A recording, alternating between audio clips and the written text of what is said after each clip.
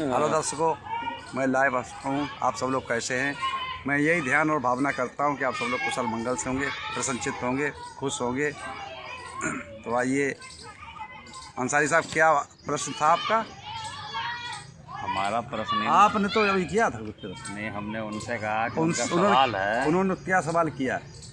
भाई आपसे सवाल किया, हमने तो किया नहीं था। अब आप बताइए क्या सवाल किया था? सरोवर और हंस का कहानी। सरोवर और हंस का कहानी। झगड़ा हो गया था। अच्छा, सरोवर जो है देखिए, हंस जो है सरोवर में ही रहता है, पानी में रहता है। ये हंस है और बत्तख है, ये पानी की चीजें हैं, है ना? ये पानी में ही वास करते हैं। ठीक है। अब इन्होंने जो, हमने भी थोड़ा थोड़ा सुना था, इन्होंने जो समझाया था कि सरोवर में हंस रहते थे। अच्छा। और हंसों में आपस में हुआ झगड़ा। अच्छा जी।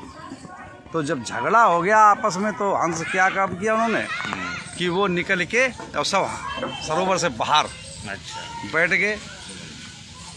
भाई जब बैठ गए तो कोई जैसे कि लड़ाई जब झगड़ा हो जाता है आपस में, तो कोई तो गुनमुथुन होकर इधर बैठ जाता, कोई गुनमुथुन करके इधर बैठ जाता ना। बिल्कुल बिल्कुल। भाई जब आपस परिवार में लड़ाई हो जाए, जब बात नहीं बन रही है, हाँ, तो एक दूसरे से बातें ही कोई नहीं करता ना।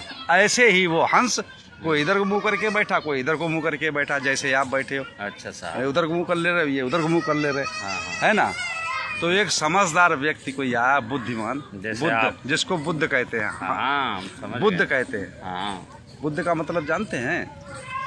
बुद्ध आप भी हैं, आपके अंदर भी बुद्ध है। जिसके अंदर बुद्ध नहीं होता तो क्या कहते हैं? ये बिन बुद्धि का व्यक्ति है, ये तो कहते हैं।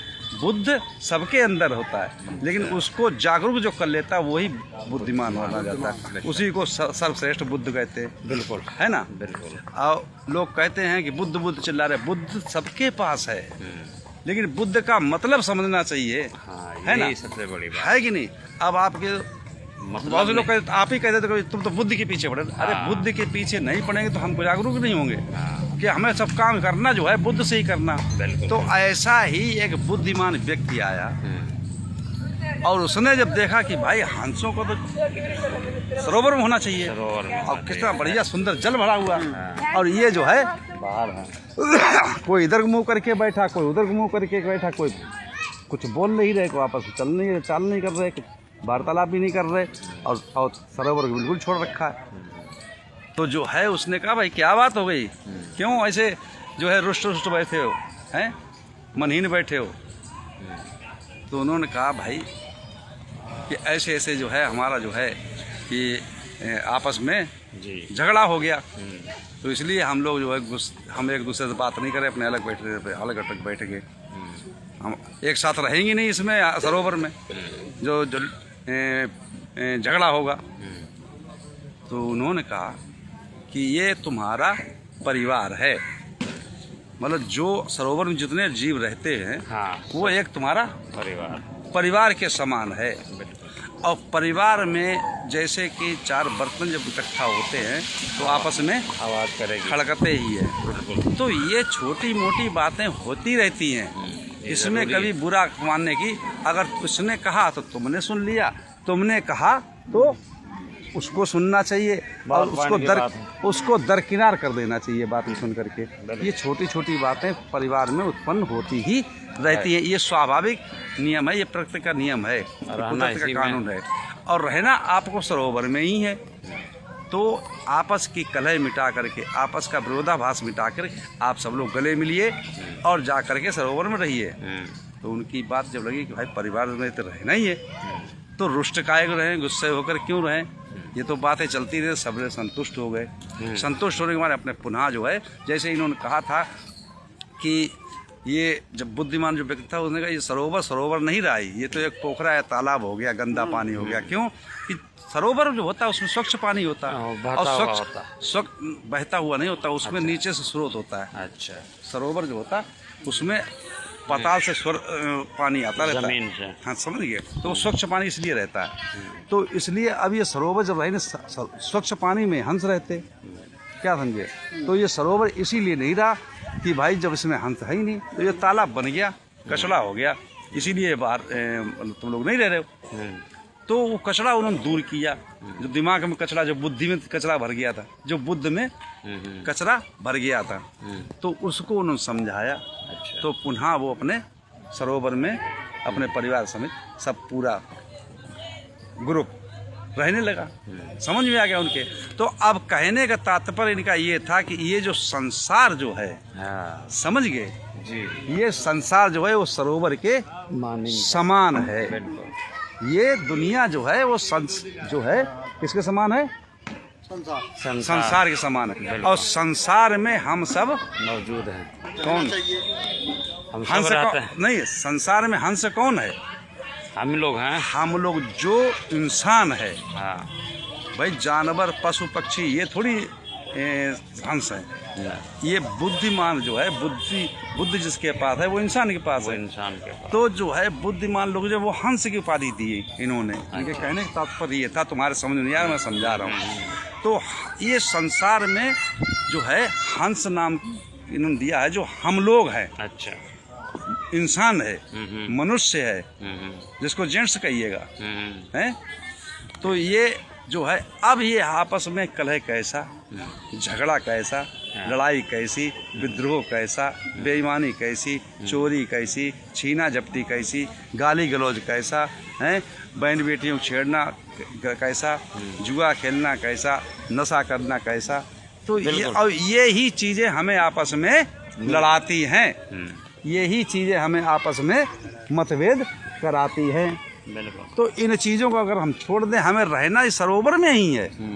ये भी नहीं कि हम आप अकेले कहीं जाकर के जंगल में बस जाएं। कोई भी जितना भी संत हुआ हो, बैरागी हुआ हो, योगी हुआ हो, बाबा हुआ हो, हैं, ब्रह्मचारी हुआ हो, ब्रह्मचर्य पालन किया हो, तो वो कहीं भी रहा हो, लेकिन जब तक इस संसार में समाज में नहीं आया तो किसी ने उसकी पहचान नहीं होगी।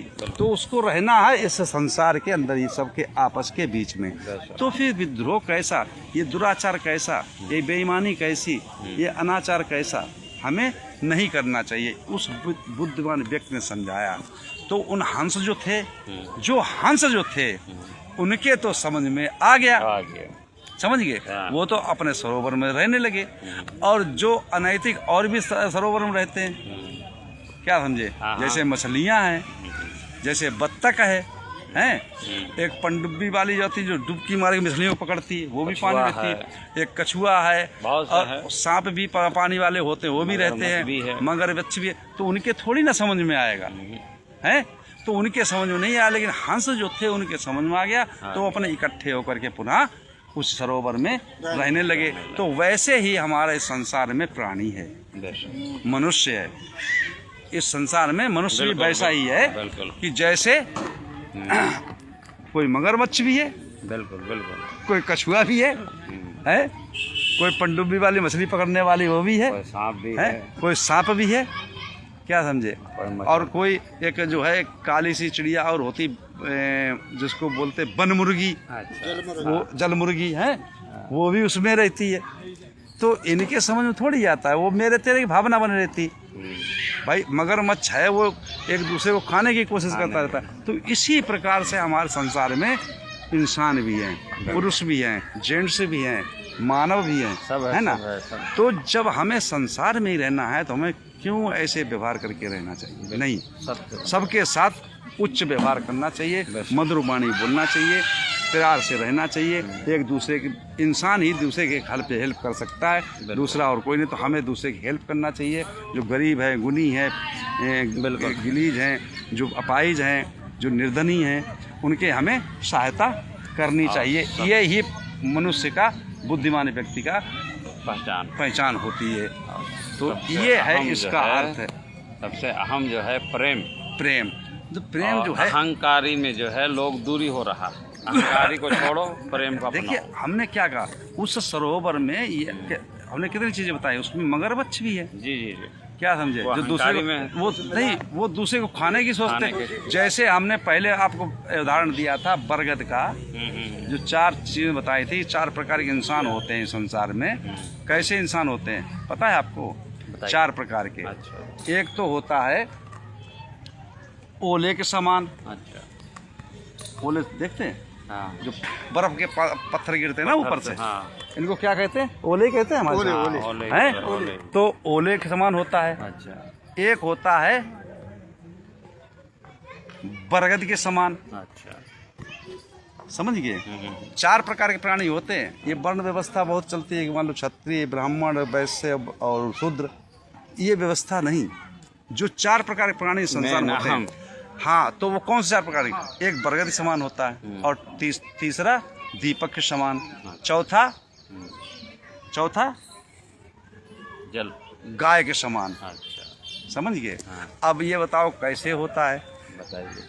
ओला जो होता है, इसी प्रकार संसार प्राणी होते हैं। हाँ हाँ। जो ओला होता है, जो ऊपर से बरसता है, गिरता है, तो उसका क्या काम होता है कि जिसके खेत में फसल गिरेगा तो उस फसल को नष्ट। नष्ट कर देगा, सत्यानाश लगा देगा, उसका मतलब बेकार कर देगा। फसल के आदमी पे गिरेगा तो आदमी भी मर जाएगा। आदमी तो खैर नहीं मरता है, लेकिन फसल तो नष्ट हो ही जाती है। क्या हमने समझे? देखा है, तो हमारे फसल, सामने आई है बात। नहीं ना। सुनिएगा, फसल जब नष्ट हो जाती है और थोड़ी देर में वो भी गल के नष्ट हो जाता है, ना तो इसी प्रकार के संसार में प्राणी होते हैं, ना तो वो अपना भला करते और ना दूसरों को भला होने देते, बिल्कुल ये पॉइंट ना अपना खुद उन्नति करते, ना दूसरों को उन्नति करने देते। बिल्कुल ये सबसे नीच प्रकार का व्यक्ति होता है, सबसे नीच। नीच है। बिल्कुल। दूसरा इससे थोड़ा अच्छा होता है, कौन सा? वो बरगद के समान। बरगद। जैसे बरगद आप बैठे हाँ हाँ।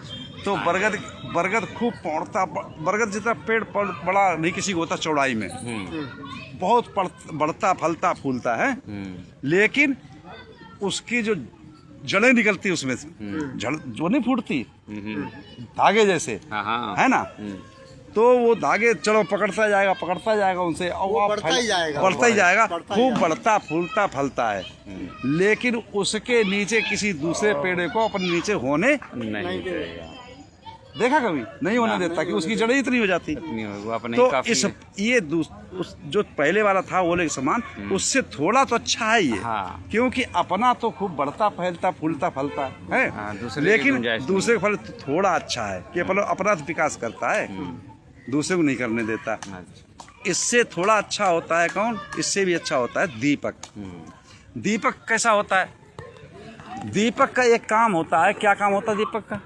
अंधेरे को दूर करना। अंधेरे को दूर करना, मतलब सबको प्रकाशित करना, है ना, रोशनी देना।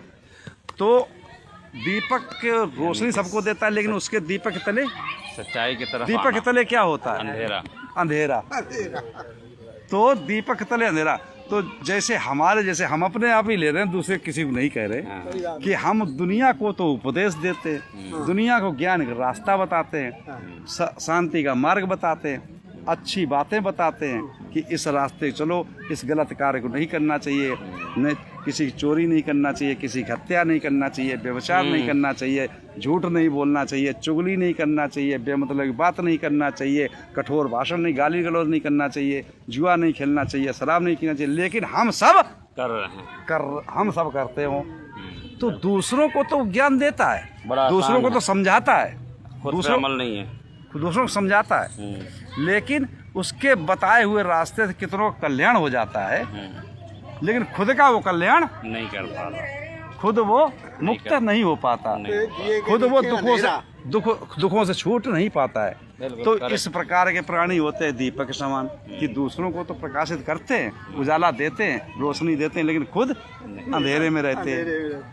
अब सबसे अच्छा कौन सा होता है? गाय के समान व्यक्ति। अच्छा। वो कैसे? कि गाय देखो तुम्हारा कुछ नहीं खाती, खेत में या कहीं जंगल में घास कूड़ा खा करके, और अपने बच्चा हो बछिया हो उसको भी दूध पिला करके तुम्हें भी दूध पिलाती। तो ऐसे प्रकार के कि खुद का भी विकास करते, खुद भी बढ़ते फूलते फलते, और दूसरों का भी फल फूलते का समान और बढ़ाते हैं ऊपर आगे। अपना भी पेट भरते हैं, दूसरों का भी भरा पेट भरते हैं, दूसरों का भी ख्याल रखते हैं, है ना। तो इस प्रकार का प्राणी सबसे उच्च कोटि का होता है कि अपना भी विकास करता, दूसरों को भी देखता, दूसरों का भी बढ़ाता है ऊपर उठाने के लिए। कि भाई जैसे कोई गरीब है, वो नहीं उछक पा रहा है, चल भाई तू ये काम कर ले, रेडी कुछ नहीं कर रहा तो रेडी लगा ले, तो मोमोज की, चलो मैं पैसे लगा दे रहा हूँ, है ना, कमाते रहना, ना देना नहीं कोई बात नहीं, तो अपने बीवी बच्चे पाल, है ना। तो इस प्रकार के प्राणी होते हैं। तो ये जो है इनके कहने का मतलब इस प्रकार जो प्राणी होते हैं वो सरोवर, सरोवर माने संसार, प्राणी सरोवर माने संसार, और हंस माने बुद्धिमान। तो इनका कहने का तात्पर्य अंसारी साहब ये था। गाय वाला जो इसी के मिसाल साथ है, मैं अपनी वाणी को विराम देता हूँ। तो ये आप प्रेम सब लोगों वाला को है। मंगल हो, कल्याण सबको हो, भला सुखी चाहता जीवन हो, निरोगी काया हो, दुख दूर हो जाए, सुख से वास करो, हमेशा प्रसन्नचित्त रहो, बड़ा बढ़िया हमेशा रहता। खुश रहो, हमेशा खुश रहो, इसलिए हमेशा आए थे हम, आप समझ लो। इसीलिए ढूंढते रहते हैं इनको।